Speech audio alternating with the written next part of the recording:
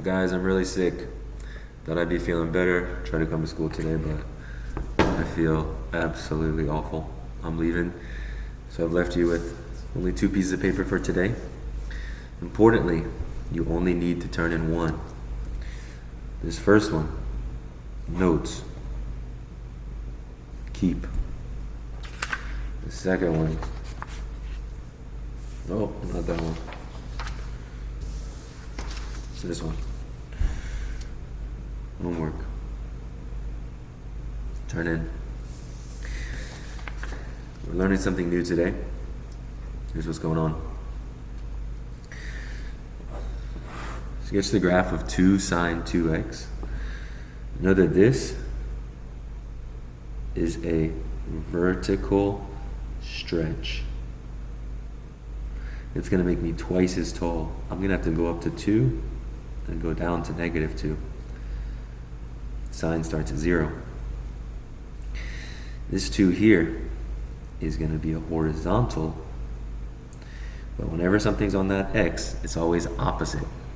So this is going to be a compress. Even though it looks like a 2 and we think a stretch, it's actually opposite. It's going to be a compress. Which means normally 2 pi, we do the full cycle. For this one, it's only going to take us pi to do the full cycle. So here's my sine graph. Up to 2, down to -2, and get there, and it's going to go on forever. Up to 2, down to -2, and turn it in. Of course, it's going to keep going forever. It would even go back this way forever.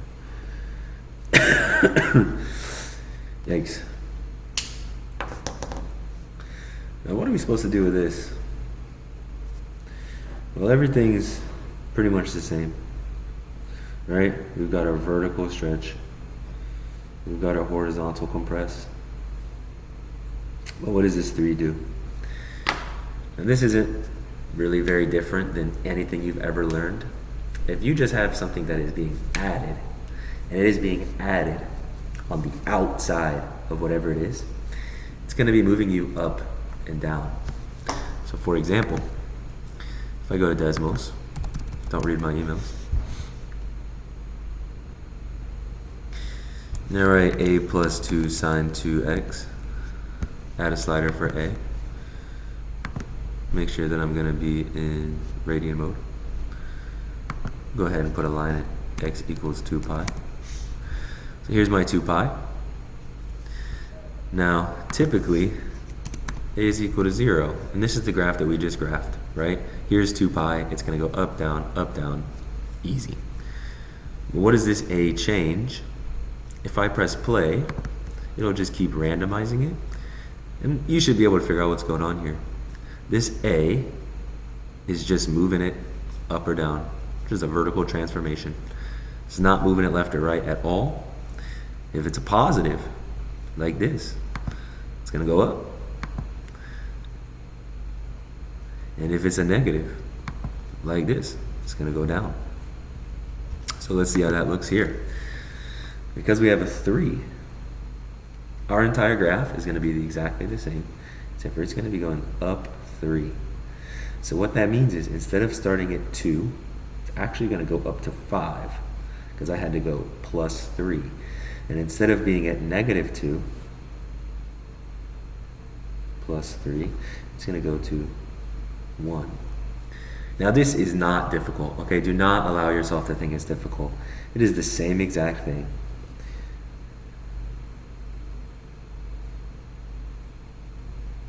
The whole thing just got moved up 2, okay?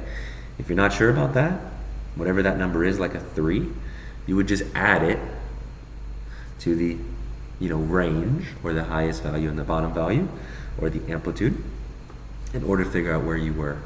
Now this is not a stretch, it just moves the whole thing up. So let's see this happen. Yesterday we saw about negative graphs. Our graph of negative sine of 3x should happen 3 periods. It should be a vertical compress by 3 times. So it should be 1, 2, 3. And it should be negative. That negative means it should be upside down. 1, 2, 3.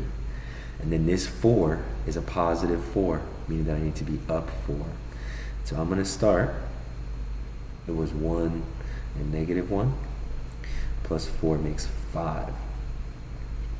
Plus 4 to this makes 3. And so here's my graph. Hello. Hey. What's up? I was told you're not here. I'm leaving, but I'm trying to put a video up for my kids so they know what they're doing. I'm sorry. Yeah, I'm gonna have your kids come down in that portable. Is that fourth period? Third. I thought Miss Shuckster was doing third. She was called into a SOL test. Yeah. Okay. Well, she has all the papers and it has instructions. Yeah, they're on gonna there. bring them to me. Okay. So I was just gonna grab a piece of paper and leave something on the door. What is your room? P10. All right. So P10 for Bell 3.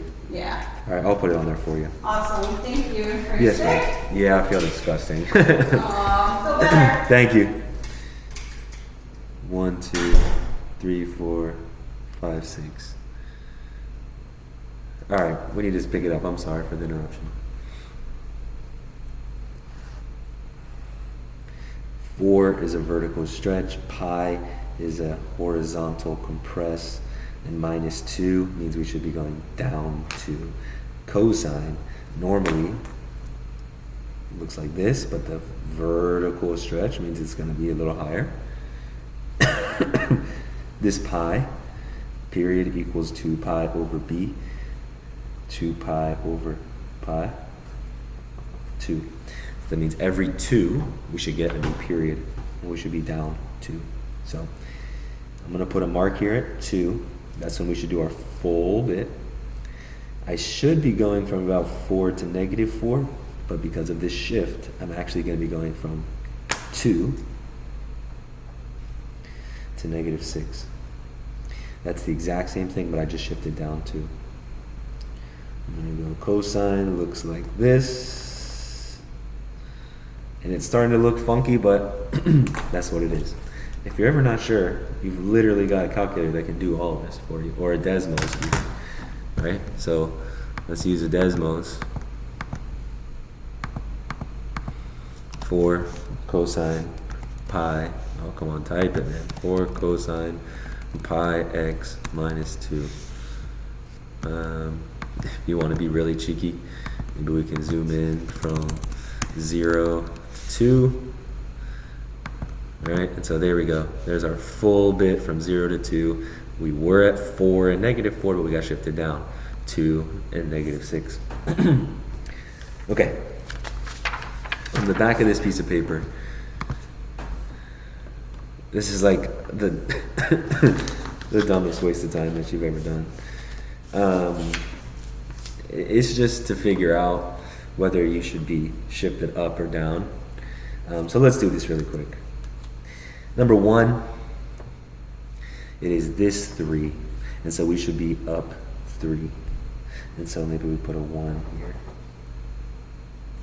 This one, it's this plus 6. We're looking for whatever number is just added or subtracted and not incorporated any other way.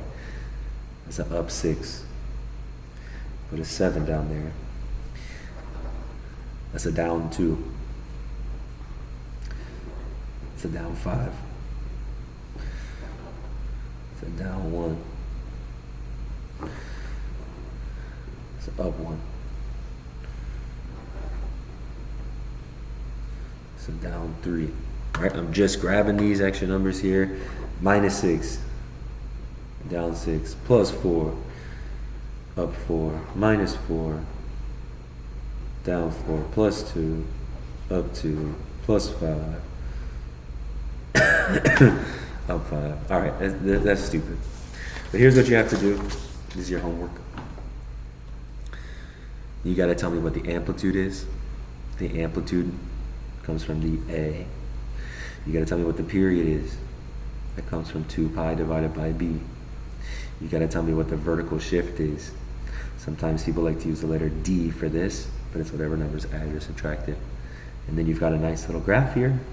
Just do your best. Okay? On this piece of paper, you got 7 questions, and that's it, guys. 7 questions for today. Shouldn't be too bad. Hopefully I'll see you tomorrow. Hopefully I feel a lot better.